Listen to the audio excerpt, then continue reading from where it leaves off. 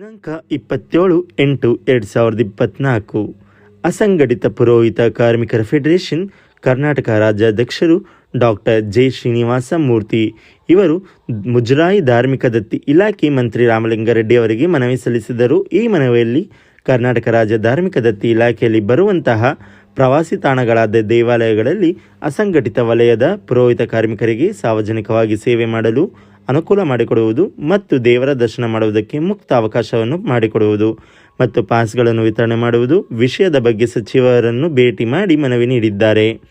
ರಾಜ್ಯದಲ್ಲಿರುವಂತಹ ಪ್ರತಿ ದೇವಾಲಯದಲ್ಲಿ ಅಖಿಲ ಭಾರತ ಅಸಂಘಟಿತ ಪುರೋಹಿತ ಕಾರ್ಮಿಕ ವಲಯದ ಮಹಿಳಾ ಕಾರ್ಮಿಕರು ಮತ್ತು ಪುರುಷ ಕಾರ್ಮಿಕರಿಗೆ ಸೇವೆ ಮಾಡಲು ಪ್ರಸಾದ ವಿತರಣೆ ಮಾಡಲು ಅನುಕೂಲ ಮಾಡಿಕೊಡಬೇಕಾಗಿ ಮತ್ತು ಯಾವುದೇ ಪೂಜೆ ಹೋಮ ಕಾರ್ಯದಲ್ಲೂ ಕೂಡ ಮುಕ್ತ ಅವಕಾಶ ಹಾಗೂ ಅನುಮತಿ ನೀಡಲು ವಿನಂತಿಸಿಕೊಂಡಿದ್ದಾರೆ. ಮನವಿ ಸ್ವೀಕರಿಸಿದ ಸಚಿವರು ವಿಷಯಕ್ಕೆ ಸಮ್ಮತಿಸಿ ಸೂಕ್ತ ದಾಖಲಾತಿ ಪಡೆದು ಮಾಡಿಕೊಡುವುದಾಗಿ ಸಮ್ಮತಿಸಿದ್ದಾರೆ ಎಂದು ರಾಜ್ಯಾಧ್ಯಕ್ಷ ಡಾಕ್ಟರ್ ಜೆ ಶ್ರೀನಿವಾಸ ಮೂರ್ತಿ ತಿಳಿಸಿದ್ದಾರೆ. Thank you for watching A1 Bangalore news.